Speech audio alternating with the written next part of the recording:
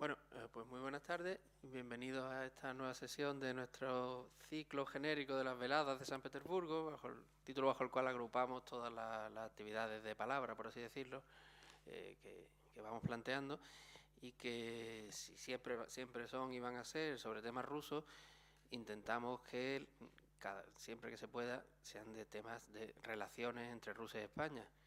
Este año con la exposición Romanov, aparte de haber encontrado algunos personajes importantes españoles que tuvieron influencia en distintas épocas en la corte o en el ejército de la dinastía, pues teníamos desde el principio presente que había una relación muy directa con Málaga, ya no española, sino directamente con nuestra provincia, a través de los vinos. El dato, cuando uno entra en Google, pues aparece curiosamente siempre con las mismas palabras, que eso a mí siempre me hace pensar que, que hay que comprobar la información, pero cuando uno investiga y profundiza, pues ya aparecen documentos. Y hemos tenido el privilegio de que el archivo municipal, en este juego de las redes sociales, en que si uno menciona a otro, pues se crean complicidades, pues el archivo ha desenterrado cartas que efectivamente demuestran esta relación comercial, que son muy interesantes. Y para hablar del tema de la difusión de los vinos de Málaga en la Rusia de los zares, pues ¿quién mejor que José Manuel Moreno Ferreiro, involucrado en esto profesionalmente, desde la denominación de origen, y un investigador y gran conocedor de la trayectoria histórica de estos vinos, de los cuales nosotros siempre, derrotistas como somos los malagueños, contamos su caída y su decadencia con la filosera, pero no contamos sus esplendores anteriores y posteriores. Hoy va a ser uno de los momentos. Yo me voy a permitir, en vez de hablar mucho, leer. Realmente mi conocimiento personal de esta circunstancia, de que el vino de Málaga se movía mucho en Rusia, me llegó por la literatura, antes de conocer el dato fehaciente.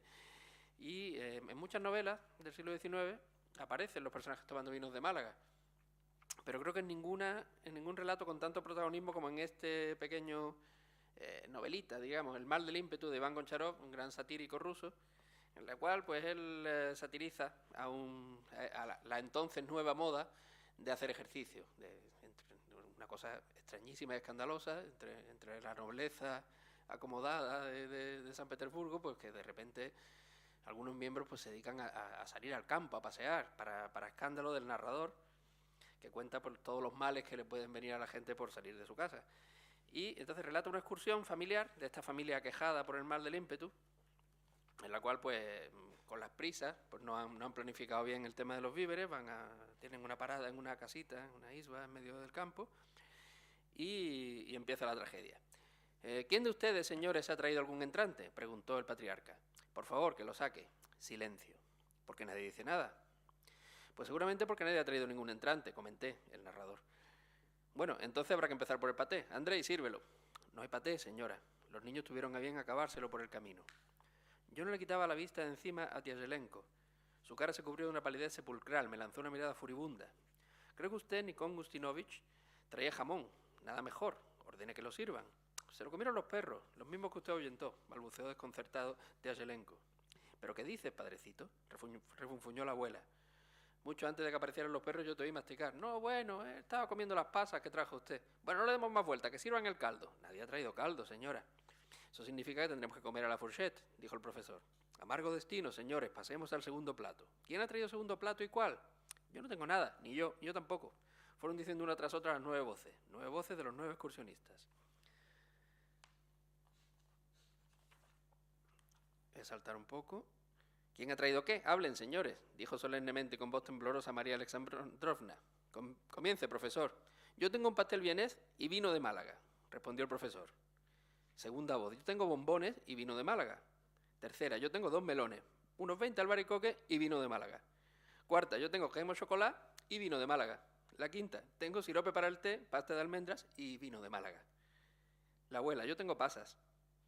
Y siguió la numeración de estos manjares, cada uno acompañado de vino de Málaga hasta llegar a 8 voces. Ahí lo tienen, dijo afligido el profesor. Ni una botellita de buen vino blanco, ni una gota de vino de Madeira. ¿Acaso se pusieron de acuerdo para traer todos vino de Málaga? No, ha sido una simple casualidad. Simple, la más extraordinaria y enojosa casualidad. De pronto, la novena voz se dejó ir tímidamente. Yo tengo queso parmesano y vino tinto. Pero la alegría no tardó en convertirse casi en llanto y sollozos. Solo había 2,5 libras de queso y 9 bocas ávidamente abiertas.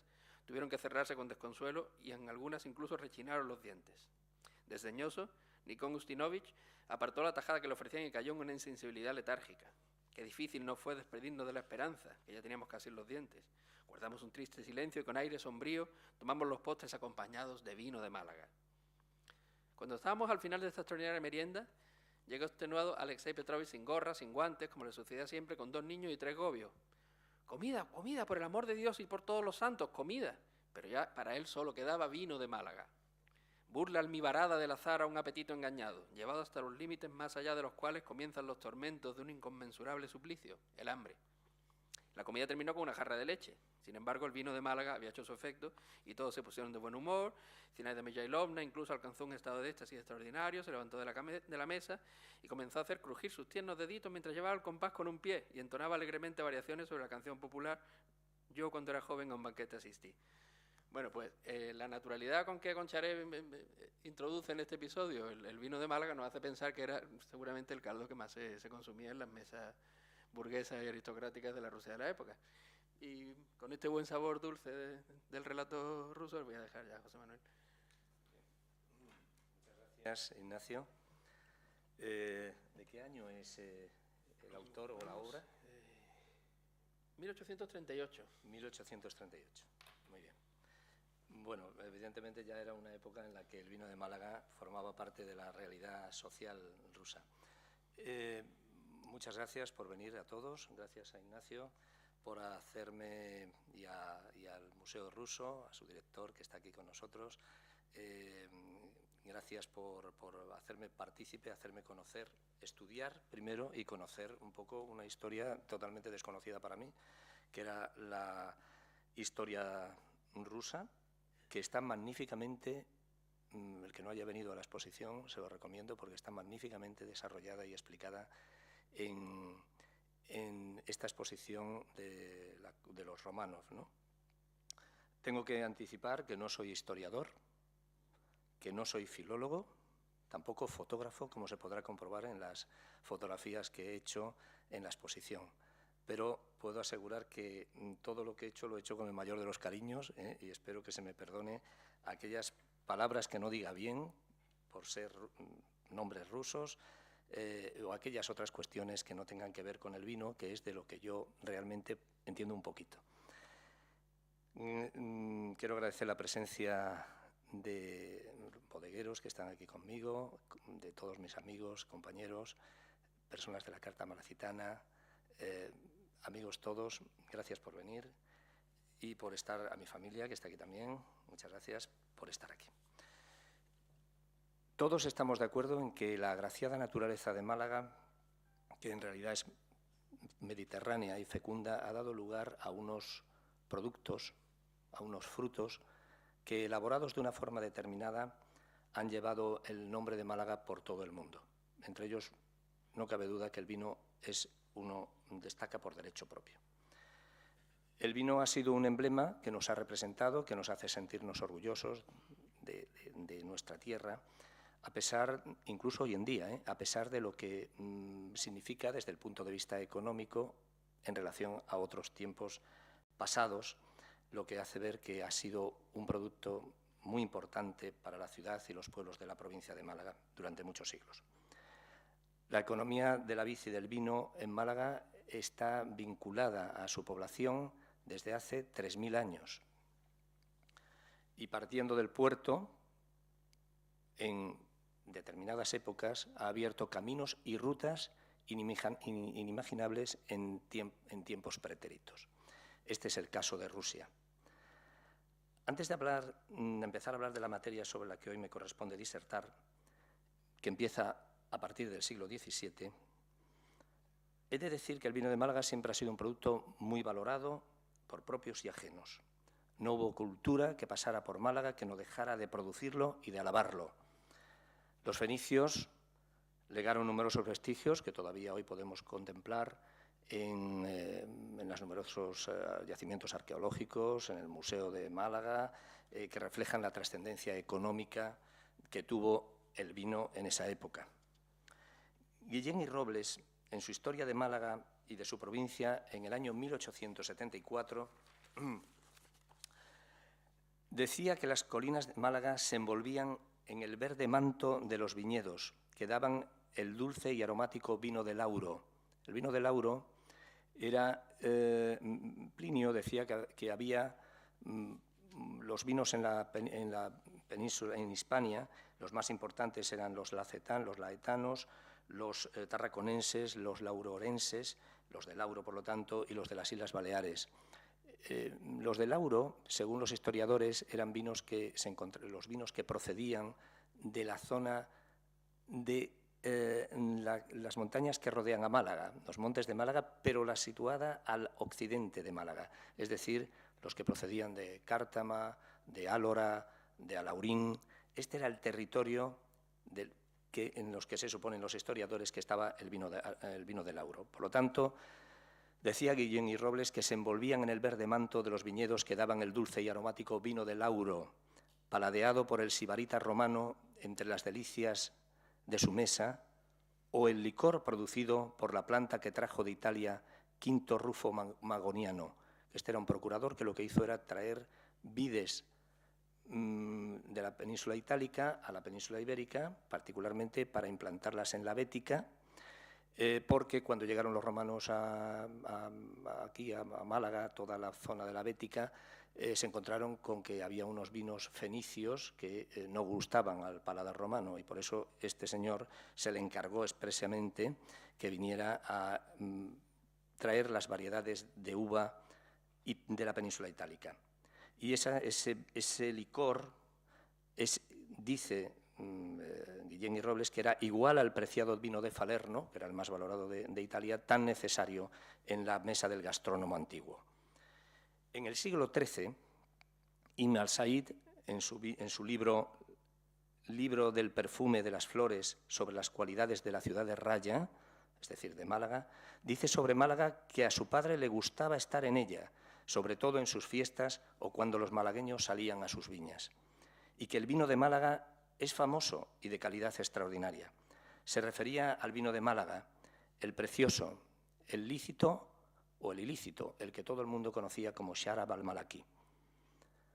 Siempre el Málaga y el vino han sido un binomio incuestionable, que no han podido destruir ni las pragmáticas de Domiciano, los decretos de Domiciano, que lo que pretendían era que se arrancasen los viñedos que no estaban en la península itálica para que no hicieran competencia con los propios en el Imperio Romano, ni tampoco los almohades, ni los almorávides, que eran fundamentalistas, de musulmanes fundamentalistas, ni tampoco recientemente las recientes políticas propiciatorias del arranque de viñedo de la Unión Europea. Estas quizás nos han hecho un poquito más de daño en los últimos tiempos. Pero Málaga, el cardenal de los vinos, que así se le conoce en el mundo de la historia enológica, empieza a adquirir verdaderamente el máximo protagonismo a partir de la entrada de los Reyes Católicos en Málaga en el año 1487. Apenas se incorporan las tierras malacitanas, se ordena el repartimiento de las tierras a los vencedores. Y de entre todos los bienes, el más preciado era la viña. Fue por real orden del 7 de septiembre de ese mismo año, se entregó a los participantes en la conquista casas, tierras, viñas, huertas y otros heredamientos. Y los beneficiarios de los viñedos recibieron el nombre de señores de las viñas, que pronto se organizaron, constituyendo una organización que no llegaba a ser una hermandad, para defender sus intereses de tal manera que los vinos que se consumieran en la ciudad de Málaga fueran precisamente los que se obtenían en el territorio de Málaga, recién conquistado. Esos vinos tenían que entrar por la Puerta Nueva, la que está al lado de calle Carretería. Pues por ahí es el único sitio por donde podían entrar los vinos. Recientemente, el Consejo Regulador, del que soy su secretario general, ha instituido un premio que se le llama Puerta Nueva, precisamente para dárselo a los restauradores, a los taberneros de la época, a las personas que se destaquen por defender el vino de Málaga, aquellos que hayan hecho algo por nuestro vino. De ahí viene el nombre de Premio de Puerta Nueva. Esta precoz organización, una organización espontánea, terminaría con la creación en su momento de la Hermandad de Viñeros, que va a tener una relevancia importante en la relación con el mercado ruso. Vamos a ver aquí, esto es aquí. Durante el siglo XVI, por lo tanto, se produce una extraordinaria expansión del viñedo, sobre todo en las montañas próximas al mar, como consecuencia de los repartimientos, convirtiéndose estos territorios en prácticamente un solo monocultivo, la viña. En el año 1568 se produciría la rebelión de los Países Bajos. Esta cuestión, que parece que no tiene nada que ver con nosotros, va a tener un significado importante en la proyección del vino de Málaga en Rusia. Como consecuencia de esta rebelión de los Países Bajos,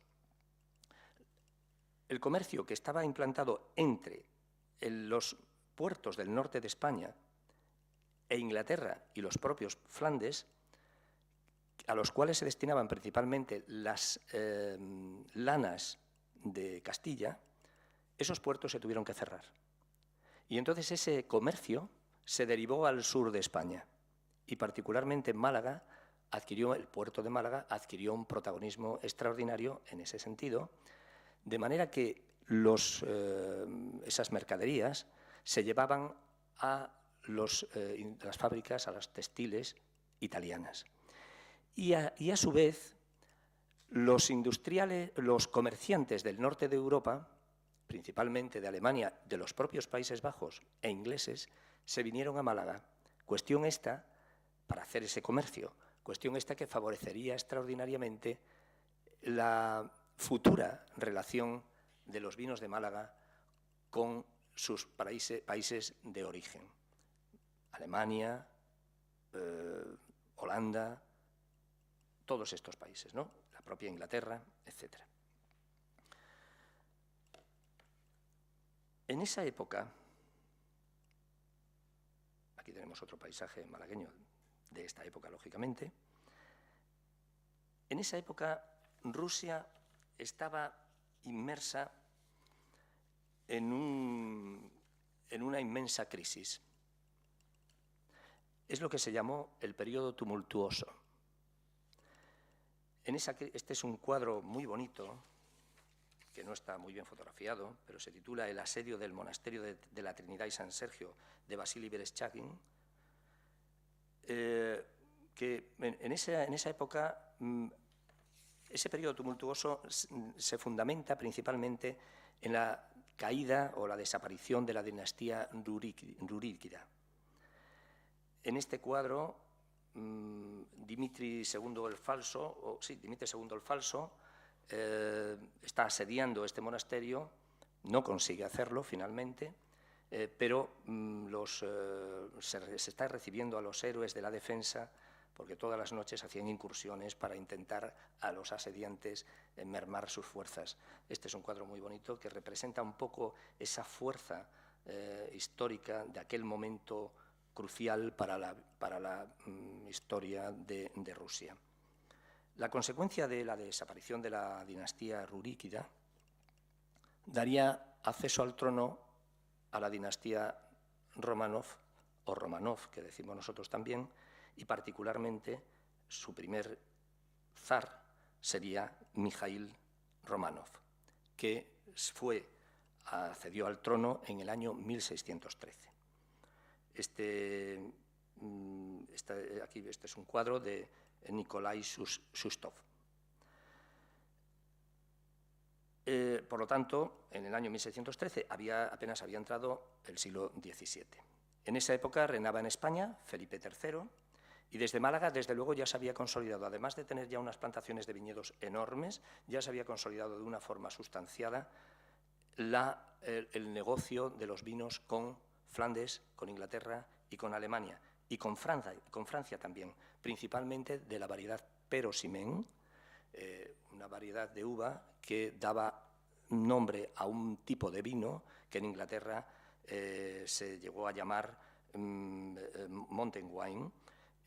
Los Países Bajos, Inglaterra serán grandes receptores de ese tipo de vino y por los comerciantes locales, que ya eran aquellos comerciantes que habían venido del norte de Europa, esos principalmente trabajaban con Europa, entre otras cosas porque con ultramar, con las colonias de ultramar, no se podía trabajar desde Málaga, habida cuenta de que el único puerto que tenía el monopolio para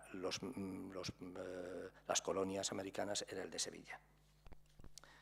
Quiero significar en este punto la trascendente real provisión del 1610, por la que el propio Felipe III autorizaría a aquellos señores de las viñas que se reunieron originariamente de forma espontánea para defender sus intereses, los autorizó para hacer hermandad y ahora, entre comillas, tratar de conferir cosas tocantes del aumento y la conservación de las viñas y heredades.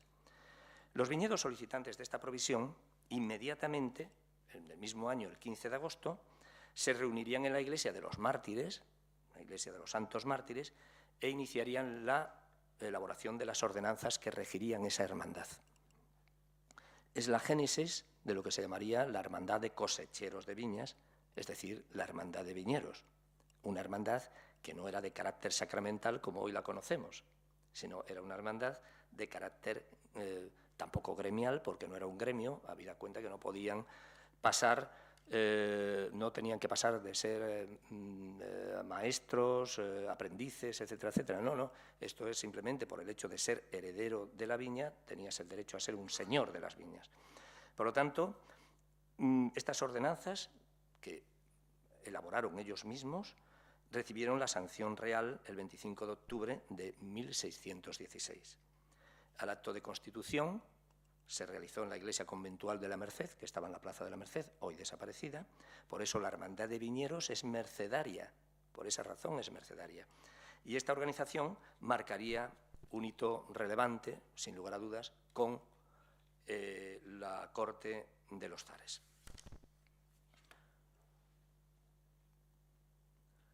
Esta obra, que es de un autor desconocido, representa a Alejo I.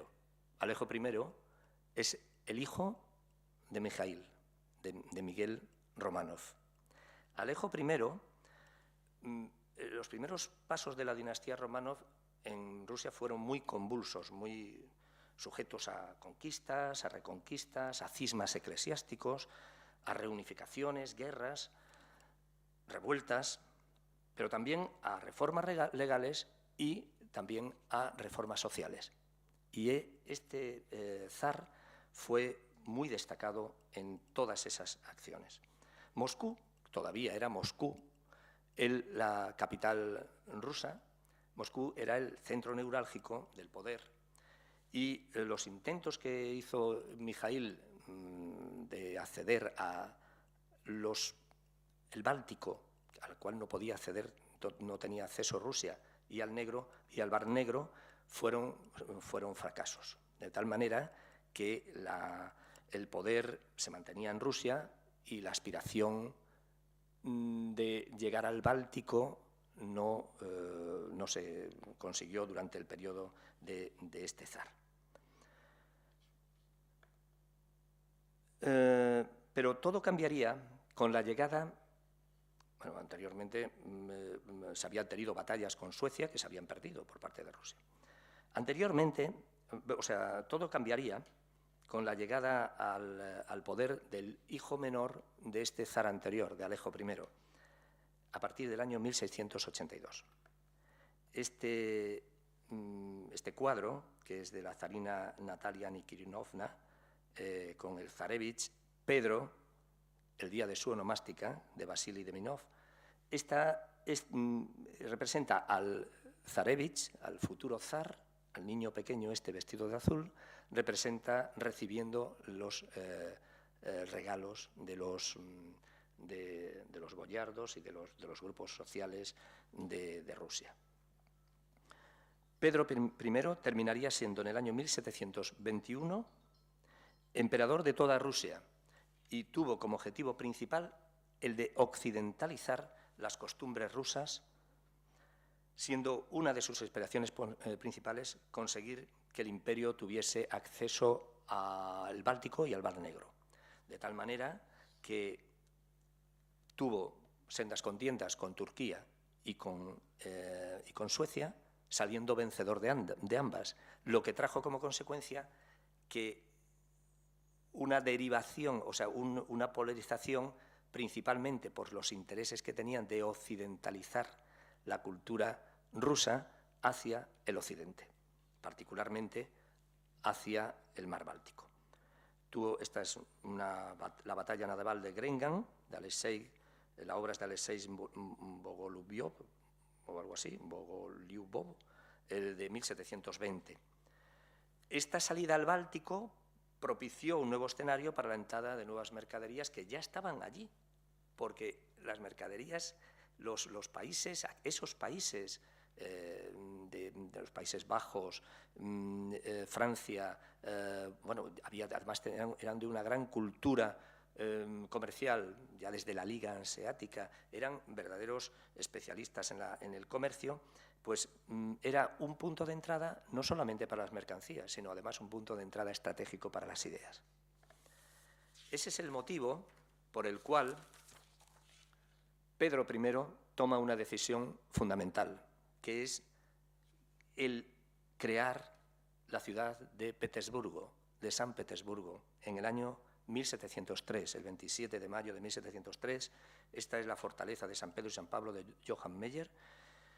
Y entonces tomó una decisión trascendental que fue llevar la capital rusa de Moscú a Petersburgo, a San Petersburgo. Y favorecieron, lógicamente, todos esos factores favorecieron la aproximación, cuanto menos la aproximación, de los vinos de Málaga a la corte de los Románov.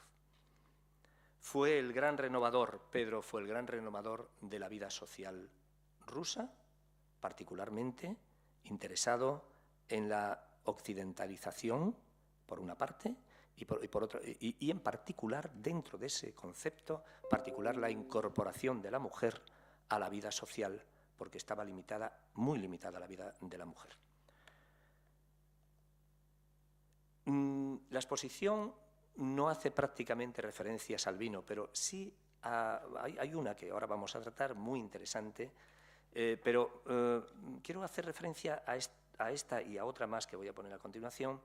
Este es un cuadro muy bonito que se titula Despedida de soltera de Alexei Korzugin, en la que se ve a la mujer antes de casarse. Es una despedida de soltera. Le están barriendo por donde ella va pasando, pero lo he puesto, primero porque era uno de los elementos sustanciales que había, una de las decisiones que había tomado el zar de incorporarla a la sociedad, a la mujer, se entiende, a la vida social, mejor dicho. Es que parece un barrilito, no sé si se ve el barrilito por aquí, ¿no? Un punto aquí, ¿no? Ahí hay un barrilito. Entonces, un barrilito por el cual se ve que ahí hay una fiesta que va a terminar ese mismo día, porque al día siguiente la mujer nada más que se va a dedicar a las labores domésticas. Ese es uno de los cuadros. Y el otro cuadro que quería traer es este otro. Este otro cuadro representa a un boyardo. Los boyardos eran feudatarios del zar. Era un boyardo bebiendo, emborrachado, ciertamente, en el suelo. No he tomado muy bien la foto porque realmente en la mesa hay unas piezas muy bonitas que verdaderamente podían haber resaltado la dignidad de la mesa en relación a la posición que tiene el pobre hombre ahí, perdida la conciencia acaso, y siguiendo bebiendo además, ¿no? Porque la relación del mundo ruso, de la sociedad rusa, con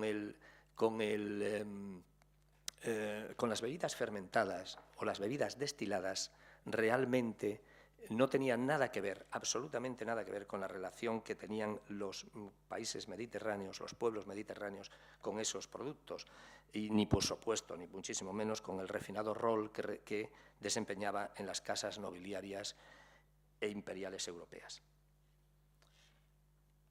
Pero, bueno, este es de nuevo Pedro I, que es el que hace posible todo esto. Es una estatuilla de Boris Mikeshin. Pero este sí es un cuadro, el único cuadro el único cuadro que hay en toda la exposición, que reitero, el que no lo haya visitado, que la visite, en el que aparece el vino. Esto se llama Asamblea durante el reinado de Pedro I y es de Stanislav Chlebovský, es el autor. La exposición tiene además un formidable catálogo, felicito a sus autores desde luego porque es magnífico, que dice lo siguiente, y que creo que es mejor que mis propias palabras para decir lo que significa este cuadro. En el año 1718, Pedro I emitió un decreto sobre las asambleas. Esto se llamaba una asamblea. Esto era una asamblea, una reunión, sencillamente. Eran veladas de entretenimiento que se convirtieron en un atributo indispensable de la vida social de San Petersburgo. Los pasatiempos más frecuentes eran los bailes, diferentes juegos y conversaciones interesantes. Y continúa diciendo que Pedro perseguía el objetivo de instalar en el suelo ruso algunas tradiciones sociales occidentales, de la Europa occidental, que le parecían útiles y que servían en particular para la liberación exterior, y más importante todavía, e interior de la mujer, cuya vida antes se limitaba exclusivamente al cumplimiento de sus obligaciones domésticas. Prosigue que en el cuadro de Stanislav Chlebovský la atención de los presentes se centra en un invitado de barba blanca, que probablemente se pueda ver aquí, en un invitado de barba blanca que acaba de entrar, vestido con un viejo traje boyardo. Este trata de rechazar una copa grande de vino que le extienden, al parecer, como multa del retraso. La escena, ya hablo yo, la escena pues podría ser la de cualquier otro país europeo, de una casa real de cualquier otro país europeo, menos el boyardo. El boyardo aquí está como metido a propósito en el cuadro. Y primero traigo a la colación el cuadro porque es el único en el que la exposición, el vino es el protagonista necesario, yo casi diría desproporcionadamente necesario a la vista del tamaño de la copa, que es descomunal, desde luego. Claro, Klimov dice que es un castigo al boyardo porque ha llegado tarde.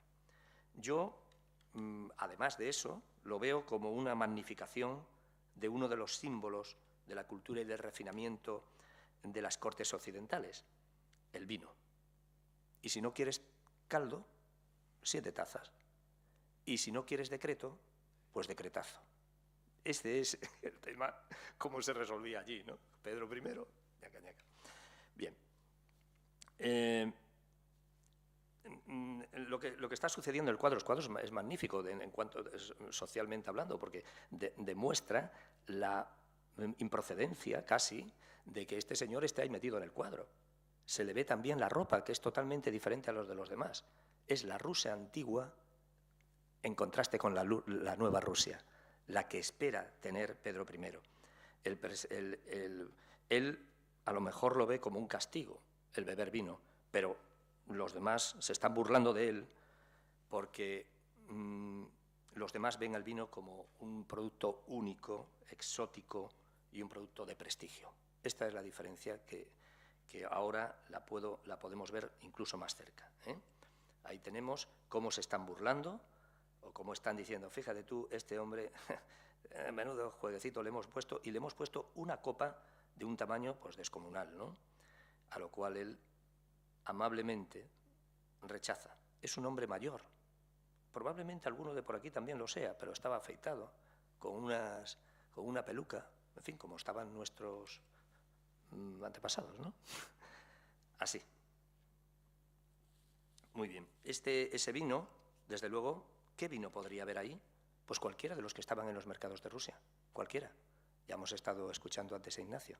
Esto es un poco antes de lo que contaba Ignacio, ¿no? Pero verdaderamente cualquiera de los vinos. ¿Pero cuáles eran los vinos que estaban en ese momento en los mercados de esos países bálticos? Pues podían ser oportos, jereces, madeiras, vinos de Canarias, Málagas, Esos eran los vinos que estaban allí. En esa época, Málaga el comercio de Málaga estaba ligado al 100% al vino y a la pasa, ¿no? Pero tenía grandes problemas estructurales de relación incluso entre los comerciantes y los productores de vinos. Esta foto, por supuesto, es una foto, pero no es de aquella época, lógicamente, pero la he traído a colación porque en aquella época, en la época que estamos hablando, había vendimias larguísimas. También hoy en Málaga. En Málaga hoy hay vendimias larguísimas, pero claro, antes había a lo mejor 80.000, 90.000 hectáreas de viñedo y hoy en Málaga hay 3.000. Antiguamente se vendimiaba desde el 1 de agosto hasta finales de noviembre y hoy pues hasta principios de noviembre. Pero es que hoy tenemos 3.000 hectáreas y antes tenían 80.000 hectáreas. Lo que quiere decir esa diversidad geográfica y climática que tiene Málaga. Pues en aquella época había hasta 70 barcos esperando lo que se llamaba el rompimiento de precios, es decir, que se dijera por cuánto se empezaba a pagar la arroba de vino, por cuánto se empezaba a pagar el kilo de pasa, o la arroba de pasa, a cuánto se empezaba a pagar. Y eso traía unas tensiones enormes entre la parte comercial y la parte productora, ¿no? De tal manera que siempre, por supuesto, la perdedora era la parte productora en aquella época. Después de Pedro I, Pedro II devuelve la capitalidad de Rusia a Moscú, pero el vino de Málaga ya va como uno más de la familia. Esto va ya en el paquete, el vino de Málaga. Y después, con el posterior retorno a la corte de San Petersburgo en tiempos de la emperatriz Ana Iovnovna, que estuvo marcada por una importante influencia alemana, ya que su favorito era Ernst Johann von Weyrauch. Este señor era alemán y, como tal, pues seguro que influyó notablemente en la presencia de nuestros vinos por ser uno de los más cotizados en las tierras teutonas, sencillamente porque era un gran vino. El vino de Málaga era uno de los vinos principales de Alemania. Ana Leopoldovna,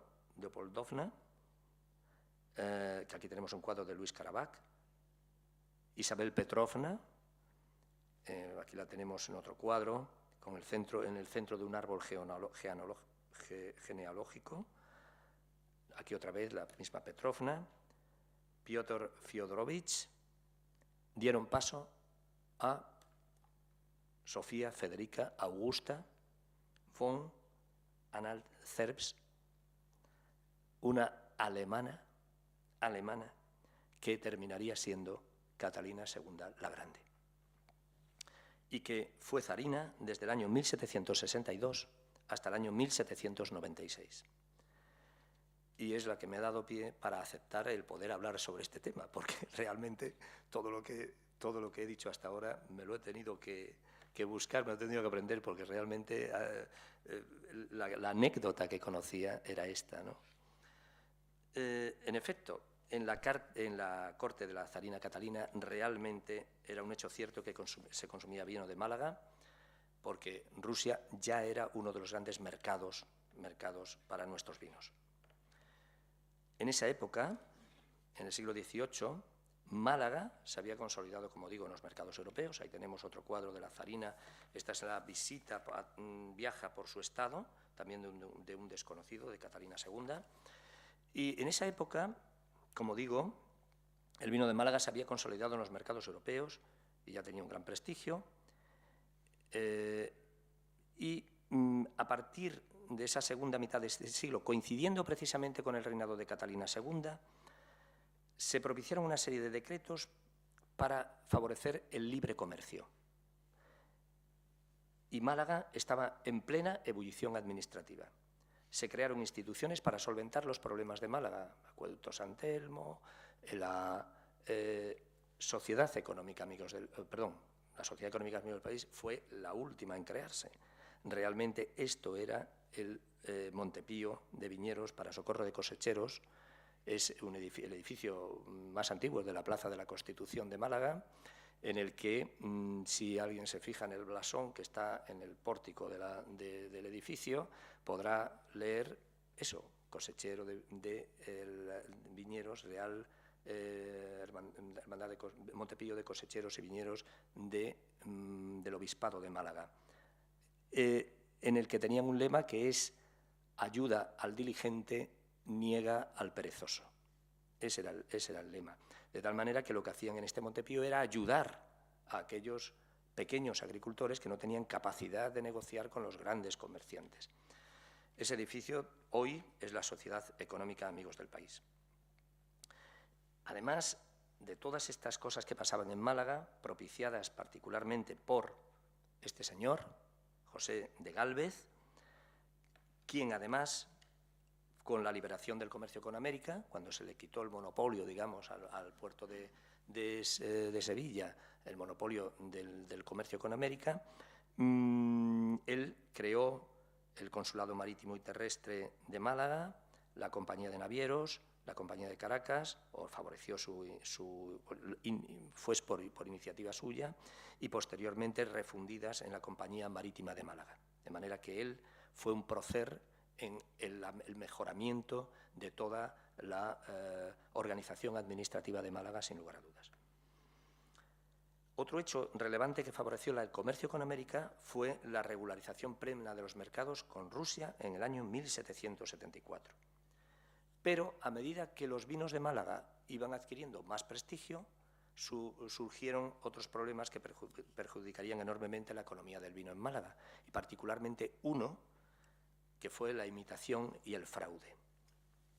La imitación era tan cotidiana que se publicaban libros expresamente para decir, algunos de los alumnos de la universidad que están aquí me han escuchado decir en algún momento, para decir cómo había que hacer un vino de un territorio con prestigio, como por ejemplo un Jerez, un Málaga, un Oporto, a partir de vinos y aditamentos que los hacían similares en apariencia. Los vinos para que parecieran que eran los mismos.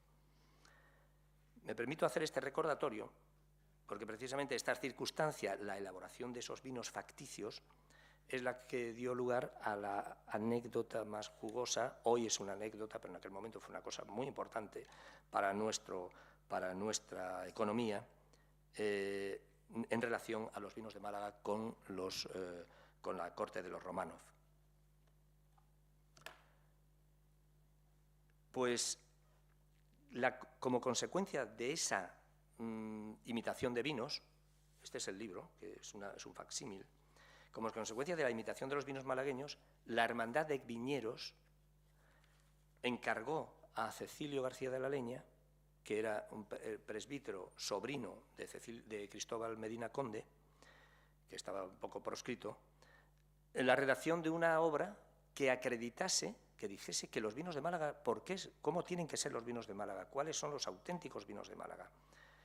Y ese libro, que se titula Disertación en recomendación y defensa del famoso vino malagueño Pero-Simén y su modo de formarlo, lo escribió y terminó de escribirlo en el año 1791 y lo publicaron en el año 1792. El libro empieza diciendo algo, una alarma, ¿no? Una alerta, ¿no? Dice, un rumor o mala voz que se empezó a esparcir por el reino de Francia contra la pureza y la bondad del vino malagueño llamado Pero-Simén. Así empieza. Pues, efectivamente, el libro describe, en uno de sus momentos más notables en relación a la materia que estamos tratando, el hecho de cómo hubo un problema con unos vinos en la corte de los zares, de la calidad de los vinos, de la calidad de esos vinos. Y entonces, don Cecilio, la Hermandad de Viñeros le encarga a don Cecilio este libro y don Cecilio dice, desde esta tan antigua, haciendo referencia a la hermandad, la antigua es la hermandad, y feliz época de la creación de la hermandad, se halla vuestra señoría, es decir, la hermandad, cuando es vuestra señoría es la hermandad, bajo la protección de su majestad el rey, no como una hermandad cualquiera, ya no era una hermandad cualquiera, o cofradía, sino como un cuerpo agrario. Hoy en día el Consejo Regulador es una corporación, es decir, un cuerpo un cuerpo agrario, es el que heredero de este concepto, ¿no? Es un cuerpo agrario de los más ilustres y respetados de la ciudad, compuesto de sabios prácticos, nobles y cosecheros. Se halla vuesa señoría, es decir, la hermandad, constituido un cuerpo patriótico, un recto tribunal que cela sobre las labores y cultivo arreglado de las viñas y de la prolija formación de sus vinos. Un cuerpo, en fin, tan distinguido como interesado en el crédito y la buena fama de este preciosísimo fruto, interesante a todas las naciones comerciantes. Por este cuidado que siempre ha tenido la hermandad, se hallan acreditados en todas las naciones los vinos malagueños, porque ella la cuidaban estos vinos, a excepción de la meditada nota de alguna pequeña porción de vinos que con falsedad se ocultaron a la propia hermandad. Es decir, que se llevaron por otro camino. Con este aviso, luego que supo que habían llegado a la gran corte de Petersburgo algunos vinos que juzgó no bien acondicionados, remitidos por varias particulares, y que estos tal vez podrían desacreditar en tan vastos dominios a los puros malagueños para preservarlos de este daño inminente, decretó en su junta del 11 de abril de 1791 remitir a la gran emperatriz de las Rusias, Catalina II, zarina de Moscovia, algunas porciones de varios vinos malagueños de sus cosecheros más acreditados y famosos, con la humilde representación y carta a su Majestad Ilustrísima para que se dignase admitirlos como pruebas de los castizos y puros malagueños que forma y tiene esta hermandad para su comercio, y que por ellos y no por otros se asegurase de su bondad, y formase juicio su Majestad de su pureza, fragancia y gusto exquisito. Con efecto los puso a sus soberanos pies el excelentísimo señor don Miguel de Gálvez. Podemos verlo en las imágenes que tenemos ahí en la... ¿Cómo se llama esto? En donde está la estación de María Zambrano, ¿no? Es el monumento. Miguel es este. Miguel es este porque tiene una sotana, porque había adquirido los hábitos, ¿no? Ha tomado los hábitos que se dice, ¿no? Este es Bernardo, están ahí Bernardo, Miguel y su padre Matías, creo que son. Bueno, pues con efecto lo puso a sus soberanos pies el excelentísimo señor don Miguel de Gálvez, hermano del marqués de la Sonora y vizconde de Sinaloa, que era José de Gálvez, nuestro embajador en aquella corte, por mano del vicecanciller conde de Osterman, con el pliego cerrado de vuesa señoría, de la hermandad. Su Majestad Ilustrísima se dignó admitir con sumo agrado esta pequeña memoria y expresión de la hermandad, acordando magnánimamente, liberal y benévola, la franquicia de derechos para el próximo año 1792, es decir, eximidos de impuestos.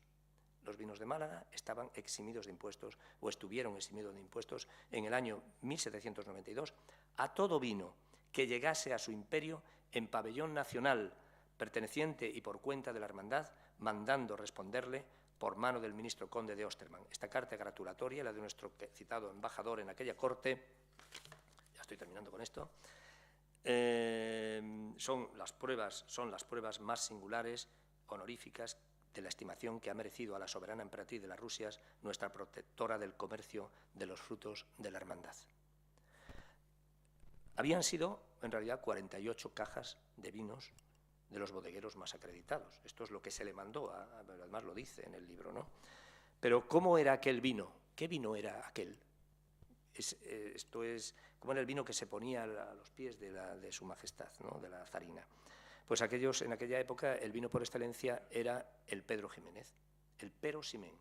El Pero Ximén es una variedad que prosperaba en los torreños de los montes de Málaga, de la que se obtenía un vino delicado, seco, generoso, abocado o dulce. Es una variedad de uva que tiene una referencia mítica, porque hace alusión a ella en el siglo XVI, a través de una leyenda, Georgius Merula, en el año 1636, en su obra Cosmografía, recogiéndose, estoy dicho 16, 15, ¿no? Recogiéndose ampliada en el 1661 por el alemán Sachs, jesuita, en su obra titulada Ampelografía, quien decía que era la variedad alemana de Elbling, también conocida como Weiser Silvaner, de origen antiguo, propio de la región alemana de la Mosela, usada para producir un clásico vino espumante, seco y blanco. Esta, porque la variedad Pedro Ximénez es, o Pero Ximén, como se dice aquí en Málaga, es una, o Pedro, que también se llama, es una variedad blanca, como todos sabemos, ¿no? Esta versión viene a decir que la uva es originaria de Canarias, que de allí pasó a Alemania y que de Alemania viajó hasta Málaga de manos de Peter Siemens, soldado de los tercios de Carlos I. Por lo tanto, Peter Siemens, Pedro Ximénez. Durante los siglos XVII y XVIII, los vinos de Málaga eran, no los vinos de Málaga, sino los vinos generosos, esa tipología de vinos, eran los que estaban de moda, ese tipo de vinos.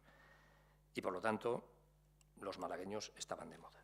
¿Cómo se elaboraban esos vinos? Pues esos vinos se obtenían asoleando la uva en el siglo XVIII, en el siglo XVII, en el siglo XVI y en el siglo I. Así se obtenían los vinos aquí en Málaga. Y en el siglo XXI también se obtienen así, porque esto es una foto actual. Se obtienen de tal manera que al asolear la uva se concentran más los azúcares, se pueden obtener pues, vinos con una alta concentración en azúcar y por lo tanto una potencialidad enorme en alcohol, lo cual los hace muy longevos, pero también los puede hacer dulces.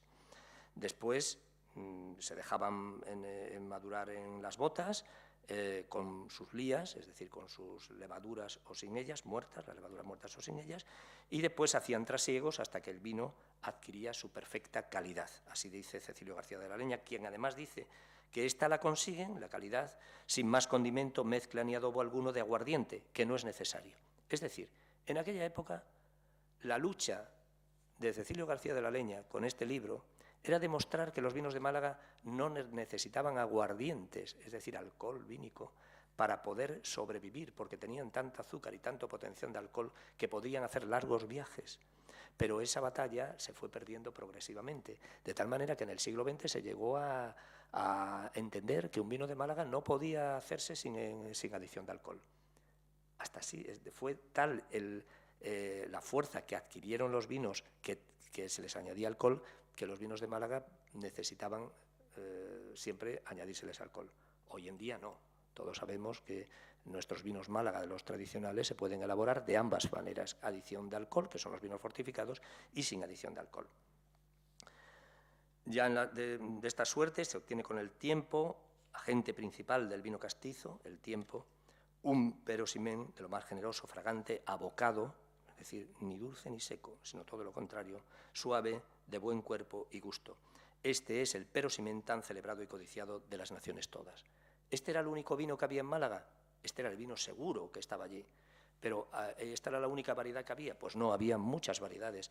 Había cerca de 40 variedades, nombro algunas rápidamente: Jaén Blanco, Doradillo, Prieto, Almuñécar, Moscatelón, Tempranas, Montúas, Alicantes, Vigiriego, Don Bueno, Marbellíes, Coínes, Mollares, Moriscos, Ubíes, Quebrantatinajas, que ya nos imaginamos lo que significa, Corazón de Cabrito, Cabrieles, Casiles, blancas y negras, Perrunas, uvas de Loja, de Lanjarón, de Santa Paula, Fraigusano,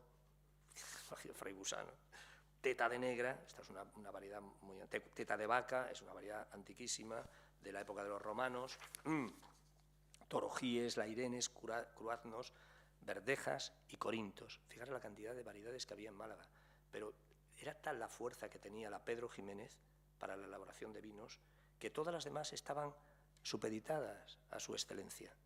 Eran como secundarias, totalmente secundarias, todas esas variedades. La moscatel de grano gordo se utilizaba para la elaboración de vinos, de pasas, solo para la elaboración de pasas. Hoy en día, como sabemos todos, se utiliza para la elaboración de pasas y de vinos. En el último año de la reina de Zarina Catalina, en el año 1796, hay una obra publicada por Luis del Castillo que se titula Compendio cronológico de la historia actual del Imperio ruso, que dice: los vinos de Málaga tienen mucho mercado y despacho en Rusia, de algunos años a esta parte, y se venden a un precio bastante alto. Dice, más adelante, que en el año 1791, es decir, el mismo año que se publica este libro, perdón, que se termina de hacer este libro, en ese mismo año figuraban 1.758 ánforas de vino de Málaga por un valor de 56.640 rublos de negocio con Rusia. Yo, la verdad, no sé traducir esto a los tiempos actuales. Pero vamos, suponiendo una ánfora, no pienso que se fuese mucho vino, porque una ánfora no sé qué volumen tendría, pero realmente estaríamos rondando a lo mejor pues los 200 o 300.000 litros a lo mejor de vinos pues se llevaban para allá, ¿no? Bien, en tiempos de Nicolás, bueno, ahí tenéis las dos formas de pasificar en Málaga actualmente. La pasificación que se hace en las zonas llanas, que es en la zona de Mollina, que tengo aquí al vicepresidente del Consejo Regulador, Francisco Campaña.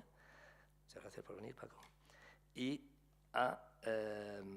esta es la zona de la Sarquía, que es donde se pueden ver perfectísimamente las uvas que acaban de poner y las uvas que han puesto ya para la elaboración de vinos o para la elaboración de pasas. Cuando se llega a la sequedad total es cuando se obtiene la pasa. Mientras tanto, obtendremos vinos.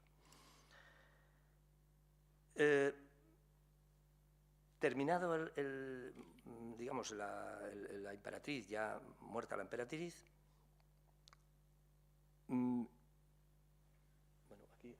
estos son la presencia del vino Málaga en la sociedad rusa, pues realmente quedó grabada con letras de oro, aparte de las que hoy hemos leído, que han sido muy bonitas. Me ha recordado, lo estaba diciendo Málaga y Málaga y Málaga, me recordaba una cosa que yo siempre comento, que es que en Málaga, el vino de Málaga tiene una ópera, el Rossini le hizo una ópera, no le hizo una ópera al vino de Málaga, hizo una ópera que se titula La Cenerentola.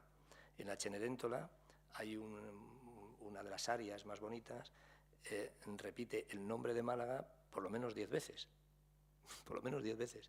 Siempre he pedido a las autoridades, que aquí tengo al representante de Ciudadanos, el señor Gonzalo Sechar, siempre he pedido que agradezco su asistencia, que Málaga debería de verdaderamente ser consciente del valor histórico que ha tenido su vino a lo largo de los siglos y, por ejemplo, como un ejemplo esencial, igual que todos los años, pues en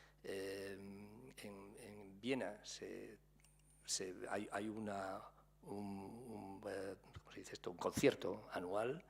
Esa área debería de salir a relucir todos los años, porque es que se dice la palabra Málaga por lo menos 10 veces.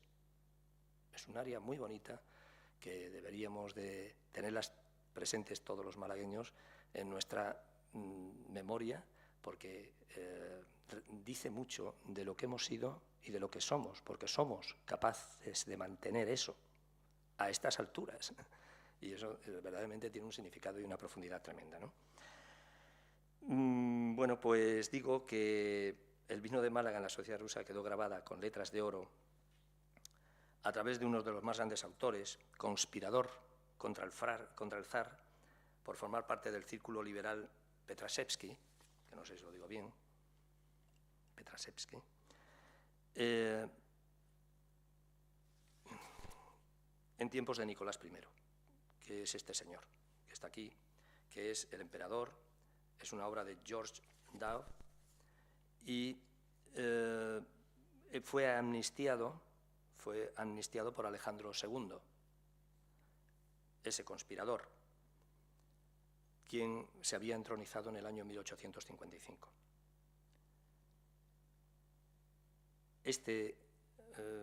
Bueno, no sé si estoy bien aquí, este es Alejandro II, que, como todos sabemos, pues sería asesinado. Bueno, esto es un cuadro muy bonito, este cuadro, Alejandro II en trineo, de Nikolai Cherkov, y es un cuadro muy pequeñito pero muy bonito, recomiendo, muy bonito. Y aquí está otro cuadro, que es el asesinato de Alejandro II, el 1 de marzo de 1881, exactamente, no sé quién es el autor aquí, bueno, no sé quién es el autor. Aquí tenemos un prototipo del monumento a Alejandro II después de su muerte, de Alexander Opescusin, y fue él el que amnistió a Fyodor Dostoyevsky, que había sido un conspirador. Fue él el que lo amnistió. Y Fyodor Dostoyevsky habla del vino de Málaga, ya hablamos del año 1851, por lo tanto ya estábamos en pleno. Pues he preguntado en qué época era ese escrito. En el año 1851 escribe una obra que se titula La alquería de Spetanchikovo y sus vecinos. Esta es la obra. Esta es lo que yo he leído es la traducción de Rafael Cansino Sassens, y en ella cuenta la historia, pero te tengo que contextualizar porque es un poquito complicada a la hora de leerla, pero en definitiva la historia es la siguiente. Hay un personaje que es un truán que se llama Foma Fomic, que este señor tiene mucha labia y engatusa a todas las damas, y además está muy mal visto por los hombres. Y entonces en uno de esos encuentros que tienen sociales de la clase media, o de la burguesía, mejor, este individuo, hay un momento en el que se desmaya. La narradora es la sobrina del personaje del hombre que está en el texto, y este individuo se desmaya. Entonces alguien dice, ¿una copita de algo para entrar en calor? ¿No querrías tomar algo para entonarte un poco? El desmayado. Me están tocando así. ¿Una copita de algo para entrar en calor? Le dicen. El que estaba desmayado, de repente, dice él, ¿una copita de algo para entrar en calor? Un poco de Málaga tomaría, insinuó Foma, volviendo a abrir los ojos, sorpresivamente. ¿Málaga? ¿Lo habrá en casa?, dijo el único varón que no era Foma que estaba allí, el tío. Dice, mirando con inquietud a Praskovia Inisna.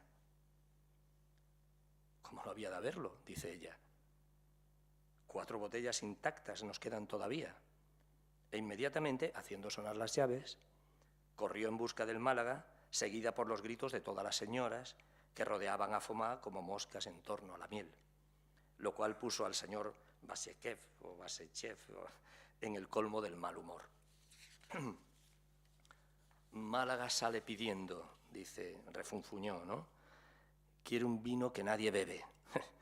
Porque vamos a ver, ¿quién bebe Málaga salvo un tunante como él? En realidad, la indignación del señor Vasechev tiene su fundamento en la petición de este bribón de un vino que nada más que se bebe en las grandes ocasiones. Este era el concepto. También el mismo autor, en El sueño de Tito, hace referencia a la ignorancia de María Alexandrovna, que localiza Málaga. No lo voy a leer porque es un poco confuso, pero lo que viene a decir poco más o menos es que para dejarla mal de lo ignorante que es, coloca a Málaga en una isla que dice llamarse Madeira, un vino en una isla que dice llamarse Madeira, que es un vino que curan los enfermos de pecho y para lo que están verdaderamente tísicos, dice, pero que claro, nada más que lo venden la mayoría de los príncipes y comerciantes, pero también la gente rica, dice.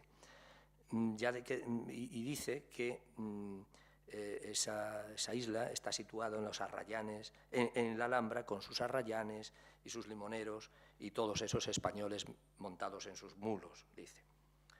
Otro autor que también habla sobre de 1818, nacido de 1818 a 1883, en 1852 escribe sobre el vino de Málaga, que es Turgenev, Memorias de un cazador, y en Padres e hijos, en 1862, también nos menciona los vinos de Málaga. En esas épocas nos podemos hacer una idea de lo que era Málaga. En esa época Málaga era casi como esto. Y nos podemos hacer una idea de lo que era Málaga pensando o leyendo las palabras de Agostón Arozzi, que es el padre de la viticultura californiana, que vino a Málaga en un viaje oficial en el año 1861, anteriormente lo había hecho para recoger material vegetal, y dijo: cuando amaneció, esto es Málaga hoy, y ahora escuchemos las palabras que decía aquel personaje en el año 1861. Cuando amaneció, estábamos sobre elevadas montañas, plantadas de vides desde sus valles hasta sus cumbres más altas. El aspecto de la zona era muy pintoresco, pues en lo alto de las montañas, en sus laderas, en sus barrancos, había casas construidas. Era la primera vez que observaba en España una idea práctica de la vida. Esto es mucho mejor que estar amontonados en pequeños pueblos sucios. No solamente es más saludable y más confortable, sino también más rentable. Finalmente, cuando contempla la ciudad de Málaga desde los montes, dice: la perspectiva era hermosa y por un momento olvidé todas mis tribulaciones del camino mirando la escena que se extendía ante mí. Hoy podemos ver lo mismo prácticamente, porque por lo menos toda la Sarquía, los montes de Málaga ya no, pero toda la Sarquía es algo muy parecido, ¿no? Los tiempos siguieron corriendo a favor de los vinos de Málaga en la corte del zar Alejandro III. Ahí lo tenemos, de Iván Kramskoy. Esta es su habitación de cuando todavía era Alexandrovich, que no era Alessandro, que eso es algo que he aprendido, que parece ser que son pasos para terminar siendo Alejandro, tienes que ser antes Alejandrovich, para ser zar tienes que ser antes Zarevich, ¿no? Entonces, esto es un poquito está la habitación del Gran Duque, comandante del destacamento de Ruschus, o algo así, Ruskut, de Vasily Polenov. Parece ser que él no era muy guerrero y tenía más bien... Yo creo que los zares se fueron dulcificando desde Iván el Terrible, que de la Ruríkida aquella, Ruríkida, hasta los últimos, pues cada vez eran como más preocupados de su entorno social. Y a medida que fueron allí, pues cada vez estaban más puestos en entredicho, ¿no? Ahí la tenemos. Pues ya realmente en esa época, en la época de Alejandro III, es cuando Málaga sufre. En el año 1868 es cuando Málaga se vio sorprendida por la infausta filoxera que dejó yermo los campos malagueños y que pasaron de tener 112.000 hectáreas de viñedos a 25.000 en prácticamente 10 años. Nicolás II, bueno, ahí el espacio natural. Después, la nueva situación, lógicamente, hizo bajar de forma extraordinaria el comercio de los vinos de Málaga en el reinado de Nicolás II hasta el año 1917. El Málaga y otros vinos, como el Málaga, por ejemplo, el de los españoles, el Jerez, dejaron un gran recuerdo en la cultura enológica mundial y Rusia, por lo tanto, no podría ser otra cosa. Hemos de saber que Rusia ha sido una gran productora de vinos durante el siglo XX, pero una gran productora, sobre todo en los territorios situados al norte del Mar Negro, que son la Crimea y toda esa zona de por ahí, donde todavía se elaboran muchos vinos.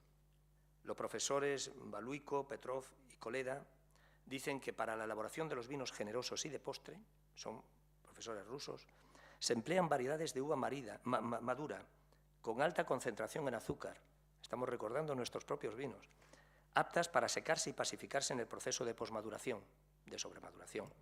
En la mayoría de estos casos, estos vinos tienen un aroma y gusto específicos que se deben a la variedad de la uva, como por ejemplo la Moscatel o la Tokay, bien a eso o bien a la forma de elaborarse, al estilo Jerez, al estilo Málaga, Madeira, Oporto o Marsala.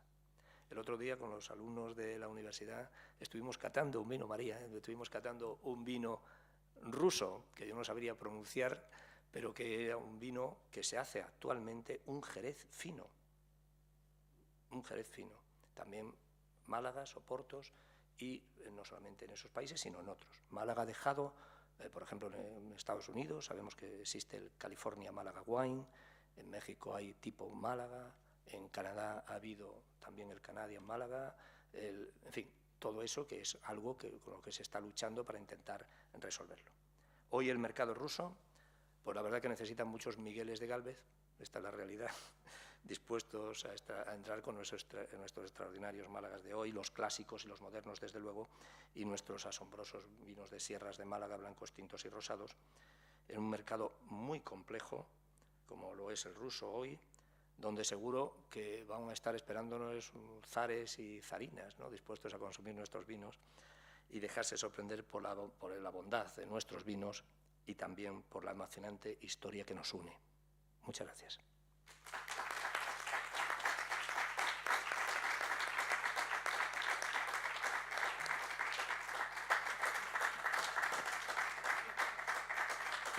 Pues muchísimas gracias, José Manuel. Si alguien quiere hacer algún comentario, tiene alguna curiosidad,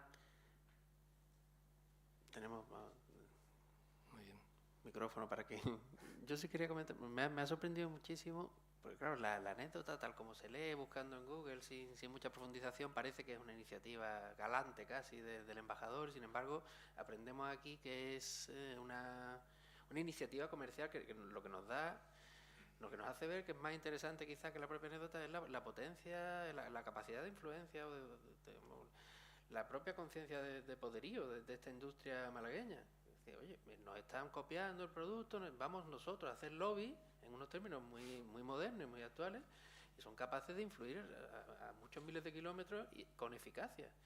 Sí, realmente yo creo que aquí lo que se viene a... Claro, todo esto he intentado llevarlo con ese paralelismo de lo que significan las cosas como estaban y como están, ¿no? Porque realmente de lo que estamos hablando es que hay una hermandad de viñeros que se dedica a proteger a los productores y al vino, y eso ha continuado con el tiempo. Ha habido asociaciones gremiales, ha habido un consejo regulador, es decir, toda una serie que se preocupan del producto y del productor. Son los dos espacios naturales Entonces, realmente yo creo que hay muchas cosas, pues como tú estás diciendo, muchas cosas que tenemos que aprender del pasado y muchas cosas que creemos que estamos descubriendo que ya existían en el pasado, no cabe duda, ¿no? Lo que sí que también es muy importante es que tengamos la conciencia de que nuestros productos son de primer nivel. Esto es un ejemplo de eso. Encargan hacer un libro para que verdaderamente demuestren que nuestros vinos son buenos. En aquella época era el método, o uno de los métodos, pero también esa aproximación de la influencia diplomática que existía con las personas, los próceres, las personas que en un momento determinado podían hacer cosas, pues eso también evidentemente sigue siendo una realidad hoy. Hoy no es lo mismo que haya personas, empresarios, políticos, asociaciones comprometidas que gente que no lo sea, ¿no? Entonces yo creo que esto nos da una lección, ¿no?, a nosotros, y después también en cierto modo a sentirnos un poco orgullosos de lo que estamos haciendo, todos juntos, ¿no? Estamos haciendo algo que no es ni siquiera nuestro, es que va a ser para las generaciones futuras, y eso también tiene un gran valor. Aquí veo algunos bodegueras, ¿no?, que aspiran a que sus generaciones futuras estén trabajando en la familia Gros, que está aquí con nosotros, que estén trabajando en el futuro. Por lo tanto, eso nos tiene que animar para seguir construyendo nuestro día a día, pensando que esto existió. Y esto también, ¿me permites? Esto también tiene otro valor estratégico muy importante, y es la comunicación. El comunicar realmente las cosas que hemos hecho bien, eso también es muy importante. Y la historia, que parece que no, estamos estudiando historia. La historia nos puede referenciar cuestiones, nos puede traer a colación asuntos que nos pueden ser útiles. Es decir, los historiadores que parecen, entre comillas, disculpadme si hay alguno aquí, pero yo estoy haciendo historia. Don Jesús, muchas gracias. Don Jesús Moreno, que es un historiador, y tú también, Pilar, historiadores, trabajadores en la materia. Los historiadores son importantísimos para nosotros. Los historiadores son muy importantes. Yo siempre hago referencia a una bodega que está en Ronda, que se llama Talasa, que de un grupo catalán, que lo que han hecho, se han dado cuenta que en Málaga tenían, por ejemplo, un grupo, tenían una familia que se llama Gálvez, y esa familia resulta que uno de sus miembros de la familia, que era Bernardo, fue o es héroe americano. Y dicen, oye, esto es una cuestión muy importante. ¿Cómo es esto? Entonces han contratado un historiador o dos historiadores para que analicen esta cuestión. Y llegan a la conclusión de que pueden hacer mercado a través de estas personas, y que esta familia hizo una ciudad que se llamaba Galvestown, y que tienen una conexión con Macharabiaya, y etcétera, etcétera. Y entonces, bueno, pues vamos a hacer una marca que se llama Yo Solo, que es el lema de Bernardo, ¿no? De Bernardo de Galvez. Yo Solo. Entonces hacen una marca que se llama Yo Solo con destino Estados Unidos. Entonces, realmente todas estas cosas que, por eso digo, son anécdotas, ahora, pero en aquel momento eran muy importantes, pero configuran una necesidad nuestra de autorreconocimiento, de entender que no somos cualquier cosa, que en el mundo del vino, como sociedad, ya ni siquiera hablo del mundo del vino, sino como sociedad somos algo. Y ese algo nos tiene que hacer sentirnos orgullosos y desde luego de los productos de la vid, pues desde luego porque requiere mucho esfuerzo, requiere mucho trabajo y después tienen que ser aceptados por todos. Eso tiene también un valor, el que sean aceptados tiene un valor extraordinario. Pues muchísimas gracias. Yo me he permitido hacer una rápida búsqueda porque no te quería dejar sin escuchar el área de Rossini, ya que la has pedido con de manera tan convincente. La situación es que, bueno, Don Magnífico, que es el padre de la Cenicienta, el padrastro de la Cenicienta, pues es un arribista, un snob, y los cortesanos, por broma, le prometen que lo van a nombrar intendente de las bodegas del príncipe de Cenicienta. Y él, pues, ya se ve dominando la corte, entonces, pues, canta los planes que va a desarrollar cuando sea intendente de la bodega, y termina diciendo, y daré un premio de no sé cuánto al que beba más Málaga en un día. Aquí più Málaga, si supiera. 10 piastras. Entonces, sí. Ah, qué bonito. Bueno, a ver si el compañero me la puede poner. No, un momentito. A ver, esto es muy interesante. ¿Eso de qué año? ¿Rossini de qué año es? 1840 y tanto. ¿No puedes hacer que se vea, o sea, que se vea en pantalla? Esa época, ¿no? Principios del siglo XIX, sí. ¿no? Yo creo, ¿no? Sí, es contemporáneo de Napoleón. Sí, por esa época, bueno, 1800 y algo, ¿no? ¿A un lateral? Interesante, ¿no? O sea, que estaba recién salido de todo este tinglado del 1790 y tal. Principios del siglo XIX, ¿no? Menos mal que tenemos aquí profesionales. A ver, vamos a ver. Ahí vamos. Noi do magnifico, questo in maiuscole, questi in maiuscole, bravi così.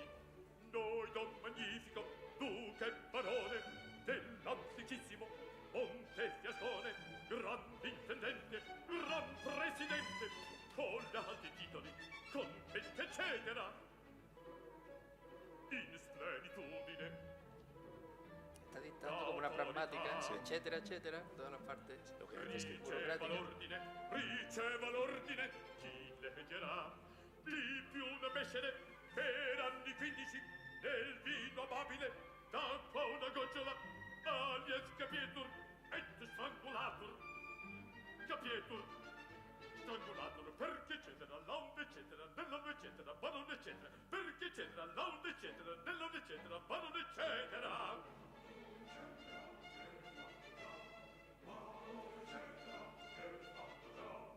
Ora affigetelo per la città, ora affigetelo per la città, ora affigetelo per la città. Quizá ahora poner ese cartel por la ciudad, por todas las calles.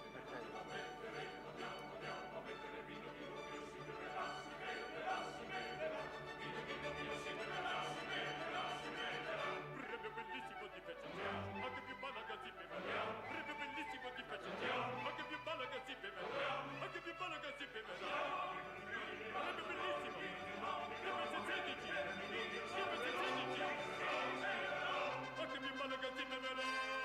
Málaga pide.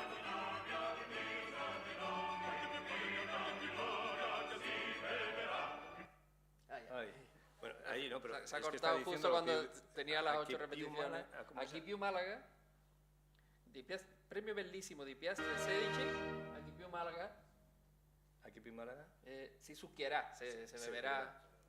Entonces, aquí più Málaga sí beberá y Otro- entre que todos se- están diciendo. Se aquí più corta, Málaga, por desgracia se ha cortado la grabación cuando empieza la repetición, aquí più Málaga, aquí più Málaga. pues, Pero yo creo que lo podíamos adoptar efectivamente como himno en las ceremonias municipales, ¿no? de la Diputación. O de ambas. Sí, provinciales más bien, claro. Provinciales, ¿no? Porque realmente yo creo que tiene un valor. Dove sta il nostro vino conservato? Es muy bonita, es una ópera bufa. Recomiendo. Es muy divertida. Es una versión de la Cenicienta. Es una versión. Bueno, pues muchísimas gracias a todos. Muy bien. Ahora tengo yo que sacarlo de aquí. Pues muchas gracias por este detalle. Premio Que siempre es mejor una imagen que 1000 palabras, ¿no? No tenemos una ópera rusa bien, que hable muy del vino de Málaga, pero bueno, nos pasamos a Italia. El área sí nos sirve. Muy bien, pues muchísimas gracias, ¿eh?